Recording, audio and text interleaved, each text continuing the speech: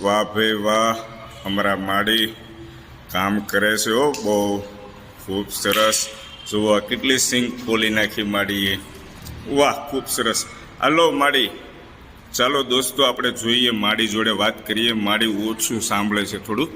માડી હાલો, આમ જોવો તો સિંગ ખાધી કે નથી ખાધી? હા, સિંગના દાણા કકડાવો તો જુઓ, દાંત બતાવો તો. આ માડીના કેટલા વર્ષ થયા દોસ્તો? આપણે અવડે થશું ને તો મોઢામાં દાંત નહીં રહે 100%.